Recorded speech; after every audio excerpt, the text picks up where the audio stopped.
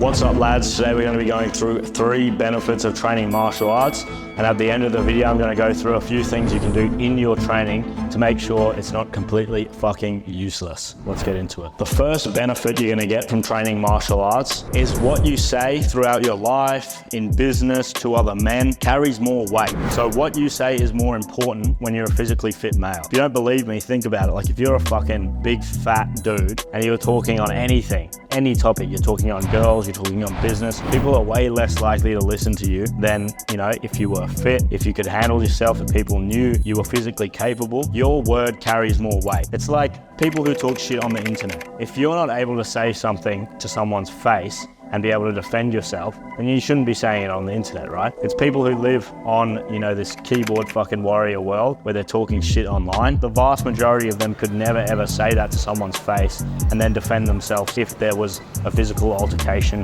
as a result of their words. If you're a man and you can physically back up what you're saying, you carry more weight in the world. The second benefit that you're gonna get from training martial arts is that you're going to fine-tune your brain to be able to handle stress, to be able to handle adversity, and to be able to push through barriers. The physical barriers that you experience when training martial arts and when being hit in the face over and over, being in shit situations where you feel weak and useless, having to push through and persevere until you get, to a proficient enough level that it's not causing you issues anymore. That's super important. That translates over to money, that translates over to women, that translates over to way more than you can think of.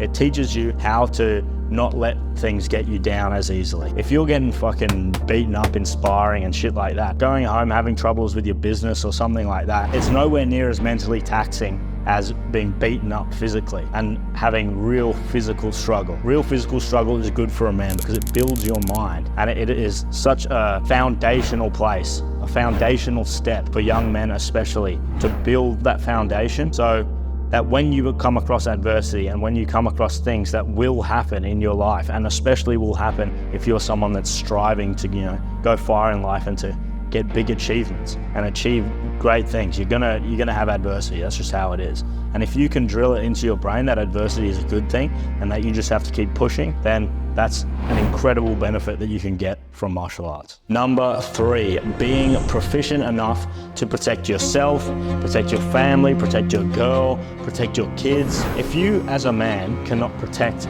the people you care about and the people you love, what are you doing? What's your role? How can you call yourself the man of the house? If someone was to come up to you, and these things do happen and they're getting more proficient in today's world with the way that a lot of things are going, there's a lot more tension in the world. If you're able to at least fend for yourself, give your family, your girl time to run away, stuff like that, and you're able to, protect them, that's a man's job, right? That's what a man should be able to do.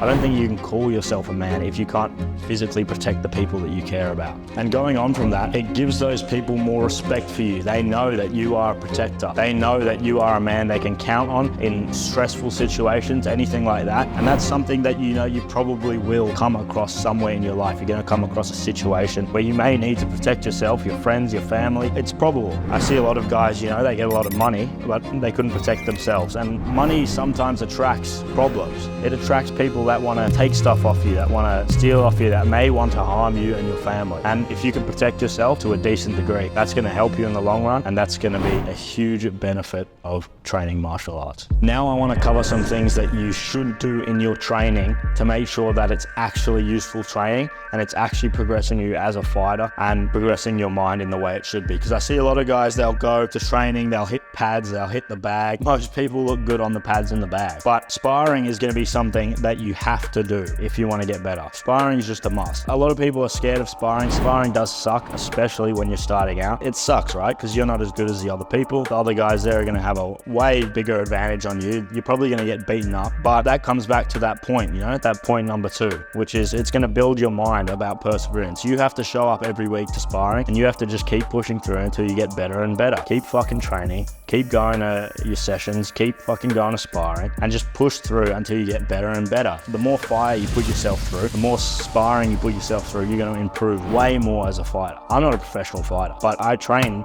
with professional fighters all the time. I train against guys who are far more skilled fighters, and that's where I improve. That's where I get better. I don't improve from beating up some fucking guy that's just starting out. I don't improve from that. So I used to just get beaten up, right? when you first go to sparring, you just get beaten up. That's all it fucking is. You are just learning how to take hits. You are learning to throw back. And over time, you get better and better, and your skill goes up and up. And then you start being able to throw. You start being able to understand movement and understand what's about to come. And that's super fucking useful in your training. You need to spar. You're not going to get any of these benefits I talked about if you don't spar. You need to be going hard. At the end of every session you come out of, you need to think, fuck, that was a hard session. I'm glad that's over. You may think in your head, like you may wake up every Saturday and need to go to sparring, and you think, fuck, I really don't want to go to sparring today. But you need to go. You need to go if you want to receive these benefits. And as a young man, the benefits are going to translate tenfold into the rest of your life. So I highly recommend, if you're a young man watching this, go get into a fight gym, whether it's boxing, kickboxing, whatever, Muay Thai, BJJ, do a mixture if you want, try different things, find out what you like. I highly recommend you go try, and you just keep fucking going until you get better. Anyway, lads, that's all from me today. Make sure you check out the other videos on the channel. They might